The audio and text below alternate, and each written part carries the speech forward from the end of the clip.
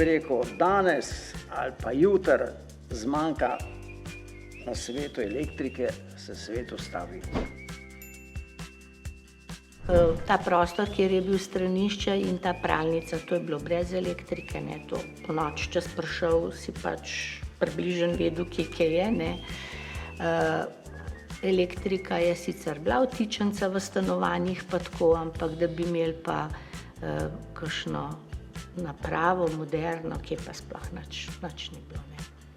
Prav hudo je bilo, ker nismo imeli elektrike. Zvečer smo bili, otroci smo šli takoj spat, ker mama se je bala, da bomo prevrnili tisto petrolejko, da se bo bajta požgala in smo šli lepo spat. Elektrika nam je res prinesla veselje. Leta 55-50 je več elektrika bila, normalno, ker sem v mestu živel, ne. Ampak ni bilo tako kot danes, spet ne, ni bilo toliko teh raznih aparatov in tako naprej. In tudi teh dos, vtičnic je bilo zelo malo, tako da če smo hoteli kaj, da smo mogli nekaj izklopiti, pa drugo vklopiti, da je lahko bila električka, ne. Tako da ni bilo toliko kot danes, sploh ne.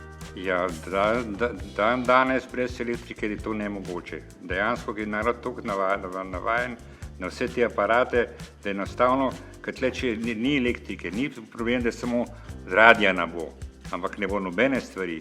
In to komunikacije ne bo nobene, ne vem, kako bi se ljudje sploh zdaj navadili te dogovarjanja, ali kako se dogovoriti, kje se dobiti, ali pa ne vem, računalnik, kako, danes je vse v računalniku, vse zadeve so noter, če kaj ne veš, pogledaš, ne rečemo, stric Google, ne, tega včasih ni bilo in tudi, če tega ne bilo zdaj, po moje bi bilo to totalen kaos.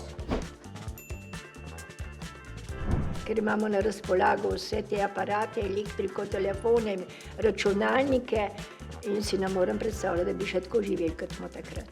Tako da je danes res velikanski napredek. Ni več, bi rekel, obvestil, ni več radija, ni več televizije, ni nič. Ne? Današnja mladina brez tega ne zna živeti, mi bi mogoče še nekje preživeli,